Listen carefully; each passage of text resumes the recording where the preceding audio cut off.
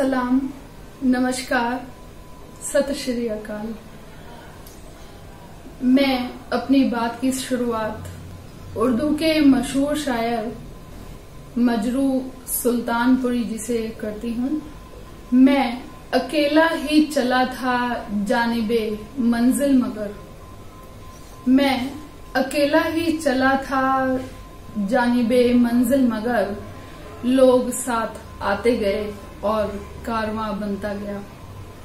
अगर मैं इसी बात को अपने शब्दों में कहूँ तो मैं अकेली ही चली थी जानिबे मंजिल मगर, आप साथ आते गए और कारवां बनता गया। जैसा कि आप सभी जानते हैं कि बैसाखी के दिन शहंशाहों के शहंशाह श्री गुरु गोविंद सिंह जी ने जात पात और धर्म से ऊपर उठकर हम सभी को मानवता का उपदेश दिया था। वो आप सबने आज कर दिखाया। आज कविता कथा कारवां के मंच के द्वारा जो प्यार, मोहब्बत, खुलूस आप सबसे मुझे मिला, मैं ताउम्र अपनी यादों में समेट कर रखूंगी। साहित्य साधना करते हुए ये 5 दिन ये कैसे गुजर गए मुझे पता ही नहीं चला। आप सभी का साहित्य के प्रति समर्पण भाव देखकर मेरा हृदय भाव विभोर हो उठा। आप सभी के बोल मेरे अंदर अमृत रस की तरह घुल रहे थे और मेरे अंदर नवीन ऊर्जा का संचार हो रहा था, जिसके लिए मैं आप सबकी तहे दिल से ऋणी हूँ। इन 5 दिनों के सफर के दौरान मुझे जो कुछ नए अनुभव हुए उन्हें मैंने अपने दिल में समेट लिया है, झोली में रख लिया है और उसके आधार पर आप सभी के सहयोग से भविष्य में भी साहित्य की सेवा करती रहूंगी। अभी बहुत सारे काम करना बाकी हैं। 4 मिसरों के साथ मैं अपने हृदय की बात कहती हूँ, समाध कीजिएगा कि बाकी अभी है बनना मेरी हसरतों का घर, बाकी अभी है बनना मेरी हसरतों का घर, करना है तय अभी तो मुझे दूर का सफर, यह जानते हुए भी कि मुश्किल है सफर, चलती रहूंगी जाए जहां तक मेरी नजर। 5 दिवसीय ऑनलाइन बैसाखी लिटरेरी फेस्ट मेरे लिए सदा ही अविस्मरणीय रहेगा। कहा जाता है कि कल्पना, हवा और साहित्य को कोई भी सरहदों में बांध नहीं सकता।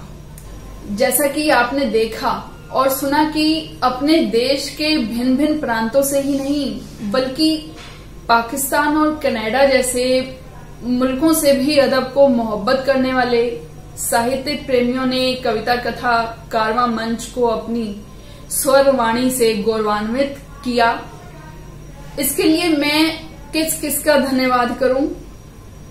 कविता कथा कारवां मंच के इस कार्यक्रम में शामिल होने वाली शख्सियतें 50 से अधिक थी, तो मैं अब किसका नाम लूं और किसका नहीं लूं, आप सभी मेरे लिए आदरणीय हैं। एवं इस कार्यक्रम में भाग लेने वाला प्रत्येक प्रतिभागी अपने अपने क्षेत्रों में माहिर है और अदब में एक आला मुकाम रखता है। आप सभी के मीठे बोल जो आपने इतनी शिद्दत से इस मंच के जरिए कहे, उसकी आवाज फलक तक जा रही थी और पूरी कायनात उसे सुनकर इस मुश्किल के दौर में भी आप पर खुशियां बरसा रही थी। ऐसा महसूस हो रहा था कि फलक के सारे सितारे कविता कथा कारवां की झील में उतर आए हैं। इसके लिए मैं परमपिता परमेश्वर का शुक्रिया अदा करती हूँ कि उन्होंने मुझे इतनी हिम्मत और हौसला बख्शा कि इस 1 दिवसीय कार्यक्रम को उसकी अवधि बढ़ाकर 5 दिवसीय करके नए रूप में, नए अंदाज में आपके समक्ष पेश करने में कामयाब हो सकी। कविता कथा कारवां मंच वो एक धागा है जिसमें आप सभी बुद्धिजीवी एक सुच्चे मोती की तरह पिरोए हुए हो, जिससे एक सुंदर साहित्यिक माला तैयार होती है। आप सभी वो कड़ी हो, जरिया हो, माध्यम हो, एक दूसरे से जुड़ने का, सद्भावना और पूरे संसार में मानवता का संदेश पहुंचाने का। हमने इस धागे को आपसी प्यार और सद्भावना से और भी मजबूत बनाना है। आज की कोरोना वायरस जैसी आपदा की घड़ी में कविता कथा कारवां मंच ने साहित्य के माध्यम से आप सबके जीवन में खुशियां बिखेरने की एक छोटी सी कोशिश की। उसमें मैं कहां तक कामयाब हो पाई हूं, ये तो आप ही बेहतर जानते हैं। हाँ, एक बात और कि मुझे ऐसा प्रतीत होता है कि मैं अदब के लिए ही बनी हूँ, साहित्य के लिए ही ईश्वर ने मुझे बनाया है। और सच मानिए, मैं पहले से कुछ भी प्री प्लान नहीं करती। कार्यक्रम मेरे अंदर कविता की तरह उतरता है और मैं उसी प्रवाह में उसे अंजाम तक पहुंचाने के लिए बहुत ही शिद्दत के साथ जुट जाती हूँ।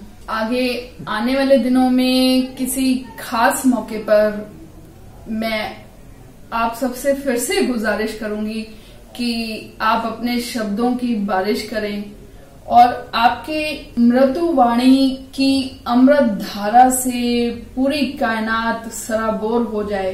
दुआ है कि ईश्वर करे अदब का दरिया यूं ही बहता रहे और ये कारवां यूं ही चलता रहे। और उम्मीद है कि आप मुझे अपनी दुआओं में याद रखेंगे। किसी ने सच ही कहा है कि फूल रखें ना रखें किसी की राह में, मगर लबों पर हमेशा दुआ रखें। संकट की इस घड़ी में आप सबकी मंगल कामना करते हुए बहुत सारी सकारात्मक ऊर्जा के साथ मीर का ये शेर कहकर मैं आपसे विदा लेती हूँ। अब तो चलते हैं मैं कदे से मीर, अब तो चलते हैं मैं कदे से मीर, फिर मिलेंगे अगर खुदा लाया। एक बार फिर दिल की गहराइयों से आप सभी का शुक्रिया, धन्यवाद। खुदा हाफिज। जय हिंद, जय भारत।